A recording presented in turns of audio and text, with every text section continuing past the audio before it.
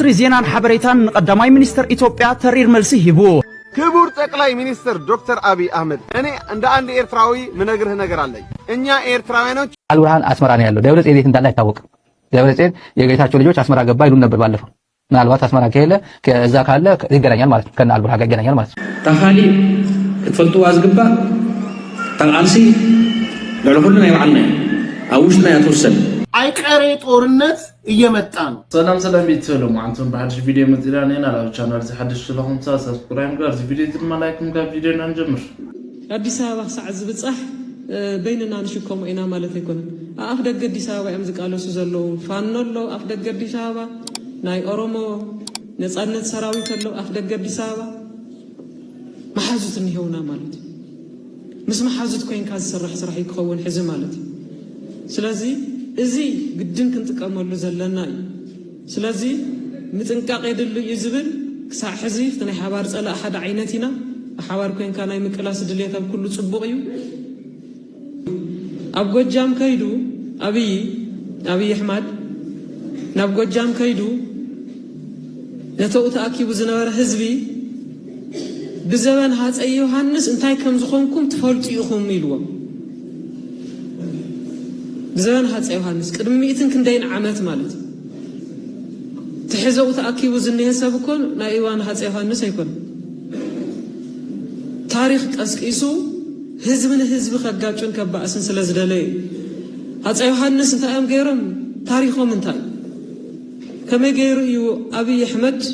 ንሃፀይ ዮሃንስ ከልዕል ሞራል ዘለዎ ሸያጥ ዓዱ በቲን ኢትዮጵያ እንዳተደፈረት ቅንጭ ዘይመጾ ከም ሃገር ተረጋጊጹ ዝነበረ ናይ ፖሊስ ነጻነት ዝሸጠ ቲኦም እናልኣኽዎ ዝውዕሉ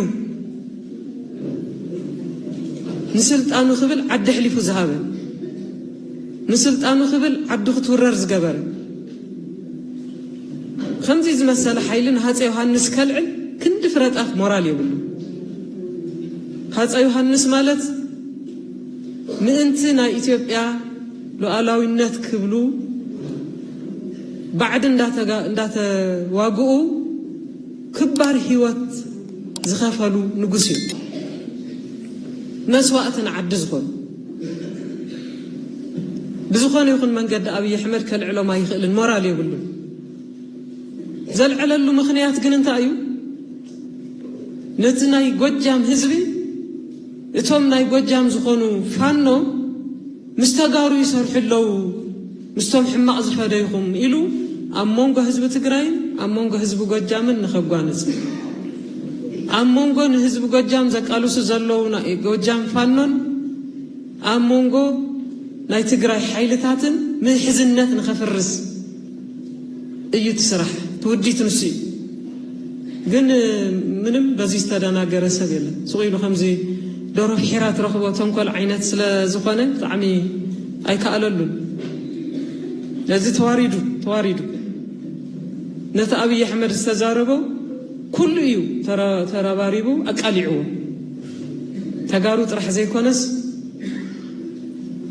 ደቂ ጎጃም ይኹኑ ደቂ ካሊእ ናይ ዝተፈላለዩ ተወለድቲ ዝኾኑ ኢትዮጵያውያን ተንኮልካ ተረዲእና ኢሎም ኣቃሊዖም እዮም። ስለዚ ከሲሩ እምበር ምንም ዘረኸቦ ጥቕሚ የብሉን በዚ መንገዲ ዘቢሉ ማለት እዩ። መሪሕነትና ዝምልከት ዝተላዕሉ ነገራት አይቀሬ ጦርነት እየመጣ ነው። የቀናት ጉዳይ ነው የቀረው ጦርነቱ 11 ሰዓት ከ45 ላይ ነው ያለው። በጣም የጥቂት ቀናት ነው የቀረው ጦርነቱ። ይሄ በሆነበት ብድግ ብለን እንደው ሰላም ይሻላል ምናምን ማለት እንችል ይሆናል አላቅም። ለኔ ግን አሁን እየታየ ያለው በቂ ዝግጅት በፌደራል መንግስት ደረጃ ማድረግ በቂ ዝግጅት እየተሟጠጠ እያለቀ ጥይቷ የምትተኮስበት ቀን ነው የቀረችው። እነ ደብረጽዮን እነ ፈትለወርቅ ዝም ብሎ አይደለም ግርግዳ ላይ ባነር ለጥፈው በብልጽግና መቃብር ላይ ነው የኛ ህልውና የሚረጋገጠው ብለው የመጡት it is the end of the story ነው የነገሩን ያለው። ተስፋ የሚይዝ ካለ እሰየው ተስፈኛ ይሁን። 0.01%ም ተስፋ ማድረግ ጠቃሚ ነው ተገቢም ነው በተለይ እንደኛ ጦርነት ለማንሰብክ ሰዎች ተገቢ ነው ግን አይቀሬ ጦርነት እየመጣ ነው ይሄ አይቀሬ ጦርነት ምን አይነት ዝግጅት ነው ማረገው የሚል በደንብ ሊሰራበት ይገባል አሁን የዲፕሎማሲ ችግር የለም እንደማየው ዛሬ ቲፒኤልኤፍ ኮርነር ሆኗል እነ ደብረጽዮን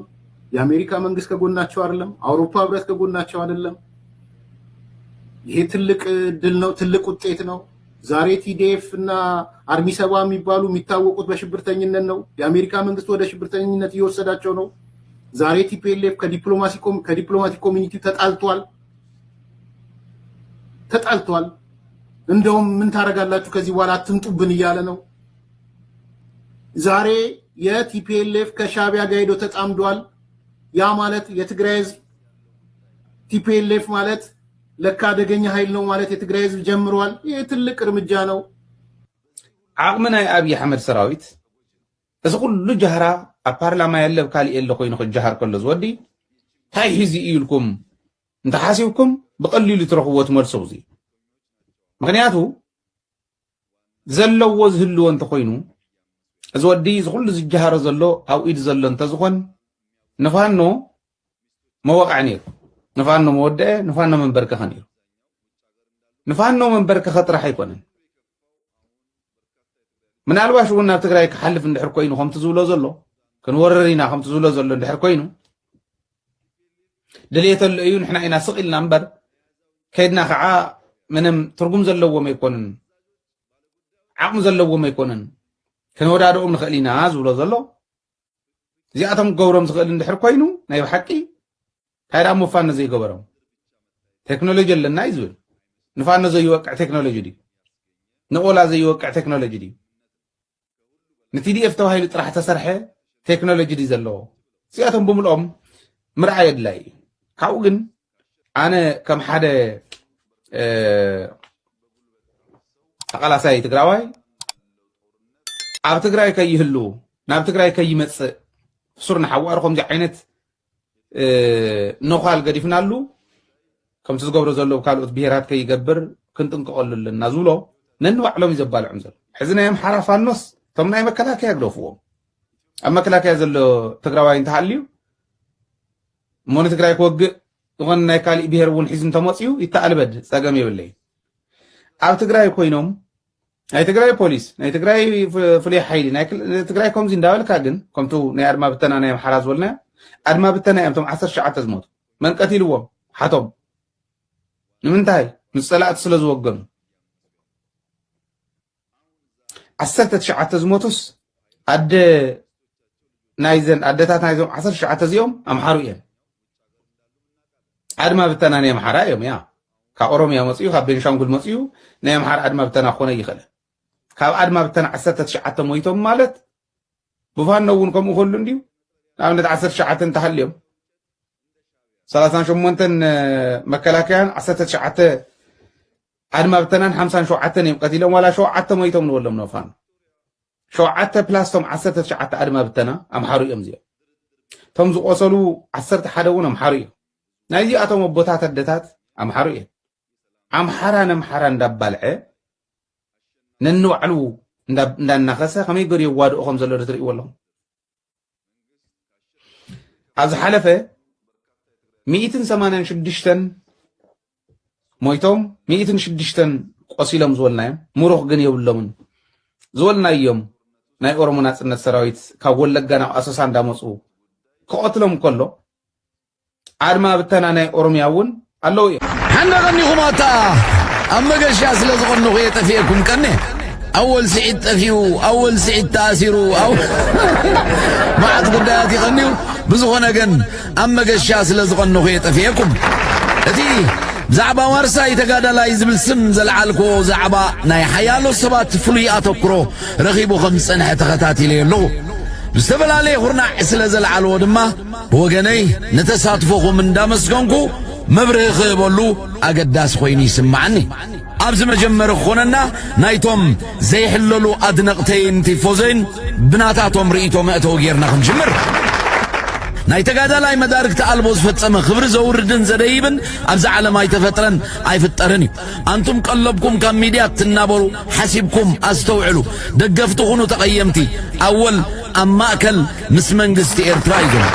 ناي ميديا هالكس قرب زلو صحف كينو مخان كالق ترقوم يبلون سب حسابو قلص يخيليو باون تامردو دما صبوغيو وسانه دما نزم الكوتو يقدف اذا تحبيكا محماي كم قنانيت انت تترف كم تريقوا قال سبات ناول نمتقع خصانات صنحو بزمسل ابلعل اول زي مخني متقع تخفنو تعذبنا بحق قال على اول سعيد نتقادلت سلازا حليديو ولا اسكال حبو اجندا لوم زبليو اول ابين مع سنين نتقادلت زنتيلو اتوم لعل 30 كلتن عمت بطراي جبوم زغلغلو زلو ورساي تقادا لا انت تباهلو ينقسو منبر بخمايو دفرت زخون زبلن كالن يركبو يغني اللي كبرتها بلي اتمسكانا نخلهم ولا نسألات مغنياتو حساباتنا نخبسل تحقزنا سلزلهم حجي ملس نخبو نخقايقو زدالو لو نخنستوعل نخنلوط نخنبها الحساب نقمت زبلنا دما نستوعل أبقزي قالسي تقادلتنا أزيو نويح عمتات يوم بزي زغونا خفلت نهاقرو ما قلقلهم انتونا ازباو قنبار نتقادلتي امنويح هاقراوي اقل قلوت آتيوهم تباهينو تخسيسو اي فلتن نمنتاي تقادلت سلزنبورو قدل دما بدليتكا نهاقركا اتقوبرو قالسن توفاينتن سلزخونة حجون دحرنات انت كلاتنا بزي كفليت مئنت هاقرينا ننويح عمتات النقلقل زلنا سلزي تقادلتينا تخالي تفلتوا أزقبا تنقلسي لعلو كلنا يوعنا أوشنا يتوسل محازوت كم زلنا كان فلت لنا استفلا لي سمعي زي بالسجنة مستقراي راح يكون قديم كم بيجيبوا مستقراي مستوكالوس قديم لازم بينتنا يكوننا محازوت اللون أمنتاي وهذا سرعة زي أموجد بنك أصلاً هاي الوالد كم تنحنا نهلونا ندهنة حدا جانا منشي بالسجن يقول قالوا تومن نهلونا هنا حدا جا بالسجن يزولون يوم هذا حاله زي نور حز اللوم فلذي زت حاجة جز بناء على علامة تحقق حيونا لتقرأ بينهم نتأمم قلنا بعلتنا أبزغوا الأوان إحنا نتأمم بعلنا حالينا كم نعوث أن فلتين كل حالينا غيرنا إنا محلوف أما خطونا لنا هنا حزر قدوا منه يلبس كن ملو أمانتي قلتونا ذات سلطة ما حزوت اللون أفتح محاضرتون بدنا نفلق لنا حنا نرها بيكون أمن تايم أبني حوار صلاي بالسجنات صلاي نايزون بالسجنات لهلونا حرقا من شيء كنك على سينا ترحن تكون نسزق على سون زلو نحنا ناسنا عنا زلونا تبواينا حياتنا محاجة اللوناي محزنات فكرنا يعني أو كيدون يا ذلك أنت فتيرة ما يمتنا خالد زي بين. قلت ساعات تلفتنا يعني معك مدونا نزيم السنير شكابات أنا قلنا بسلام يقولنا.